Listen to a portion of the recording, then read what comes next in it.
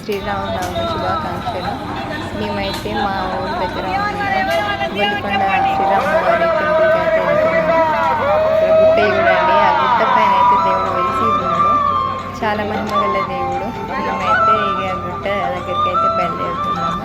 నేను మా తమ్ముడు మా ఆయన ముగ్గురం కలిసి వెళ్తున్నాము. మేమే ఫస్ట్ పోవడం అయితే 9 గంటలకు స్టార్ట్ అయింది.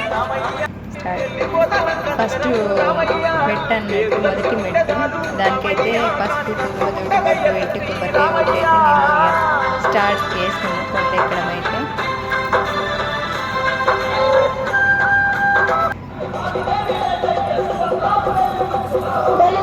మార్గం ఇది శ్రీరాముల వారి గుట్టపైకి వెళ్ళడానికి అయితే దారి.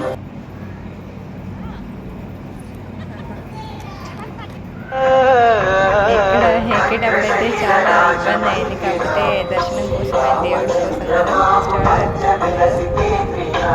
మార్గం మధ్యలో మా ఊరు వాళ్ళు కూడా ఉన్నారు.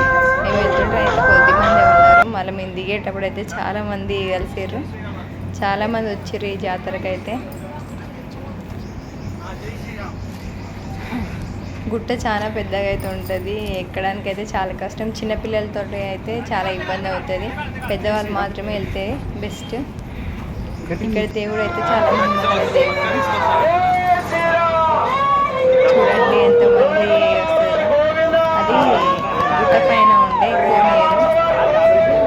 మేము గుట్టపైకి రాగానే అయితే ఆ కోనేరులో స్నానం చేసినాము. ఇటు సైడ్ ఉందేమో మంచినీటి కోనేరు, ఇదేమో స్నానపు కోనేరు, ఇది తాగునీటి కోనేరు. అందరూ స్నానాలు చేసి అయితే అలా దేవుడు స్నానపు కోనేరు స్నానాలు చేస్తారు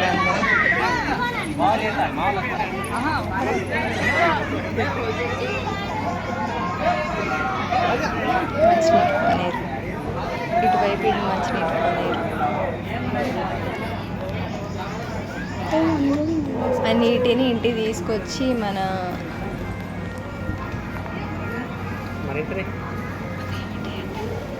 ఆ నీళ్ళని అయితే మేము కొన్ని అయితే ఇంటికి తెచ్చుకున్నాము.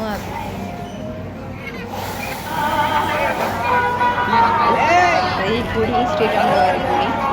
ఇక్కడేమో తల వెంట్రుకలు అక్కడ దేవుని కళ్యాణం అయితే జరుగుతుంది. నువ్వు వెళ్ళినప్పుడైతే తక్కువ మంది ఉన్నారు, తర్వాత కొద్దిగా జరుగుతూ వచ్చారు. చూడండి శ్రీరాముల వారిని, సీతారామ జై శ్రీరామ్. నేనైతే కొబ్బరికాయ కొట్టి దేవుని దర్శనం అయితే చేసుకున్నా.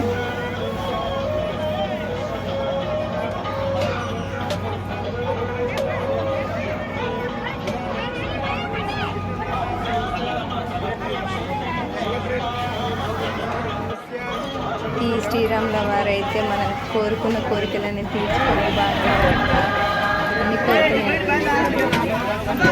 నందీశ్వరుడు.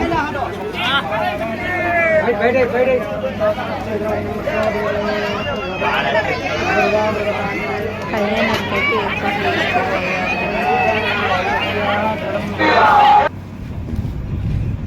చాలా ఎత్తైన ప్రదేశం గొల్లికొండ గుట్ట. శ్రీరాముల వారి పాదాలు చూడడానికి అయితే మేము గుట్ట కొంచెం ఇటు సైడ్ అనేసి వచ్చినాము. ఇది శ్రీరాముల వారి పాదాలు.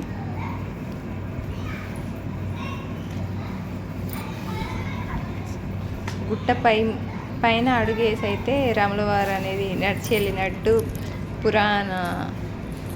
పురాణాలు చెప్తున్నాయి.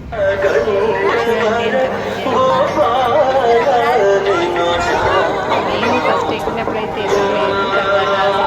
చాలా మంది ఎత్తైన రావడం అంటే చాలా గ్రేట్ కదా. దేవుడికి అంత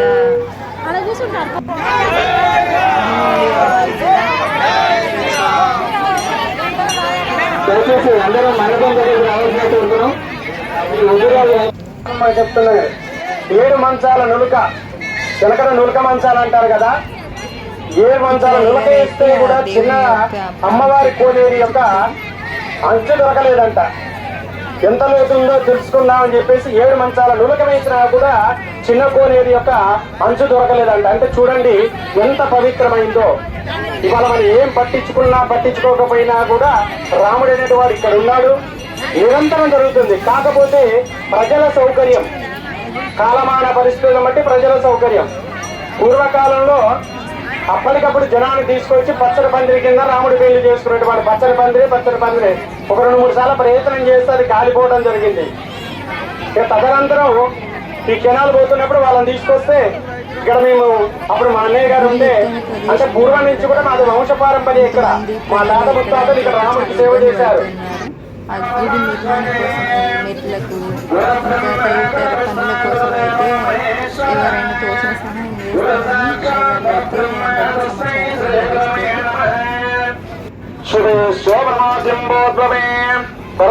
భరతఖండే మేరా దక్షిణ భాగే శ్రీరంగా శ్రీకృష్ణ గోదావరియార్ అశ్వరాజేంద్రమానేన శ్రీరస్తం ధర్మ అర్ధ కామ్య మోక్ష కళ్యాణోత్సవ అనుగ్రహ సిద్ధం పూజాం కరిష్యే. మాట్లాడకుండా నమస్కారం చేసుకొని కూర్చోండి. మాట్లాడితే మాత్రం ఎవరైనా అల్లరి చేసినా మాట్లాడితే మీ పాపం మీకు చెప్పండి. మేమైతే అటువైపు చూడం. అక్షర మధ్యలో చల్లకన్నమ్మ దయచేసి మరీ చెప్తున్నాను. పోయినసారి చాలా ఇబ్బంది పెట్టారు, అంత తొక్కిల్లో పడిపోయినాయి.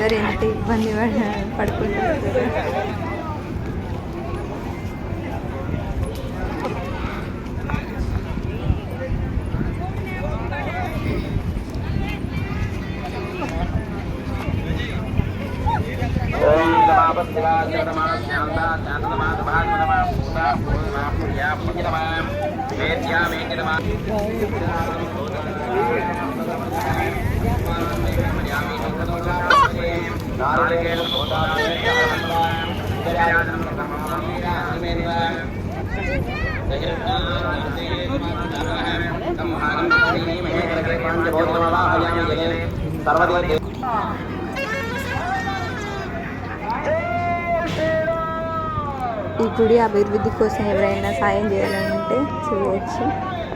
దేవుడి కోసం చేస్తే మనకు పుణ్యం వస్తుంది కదండి, మీ ఇష్టం. బొల్లికొండ శ్రీరాముల వారి టెంపుల్ కమిటీ వాళ్ళని సంప్రదించండి.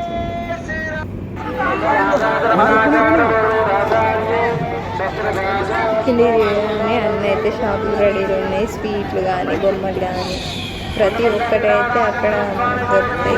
నేనైతే పిల్లల కోసం వాళ్ళకి ఒకటే హెలికాప్టర్ అంటే హెలికాప్టర్ తీసుకున్నా. ఏదైనా 100 రూపాయలు మాత్రమేనంట. ఇక స్వీట్లు కొన్ని తీసుకున్నా, బొమ్మలు తీసుకున్నా. తర్వాత ఐస్ క్రీమ్ అయితే తిన్నాం. ఇక వాటర్ మిలన్ తీసుకొని ఇంటికైతే వచ్చేసినాం. చూడండి.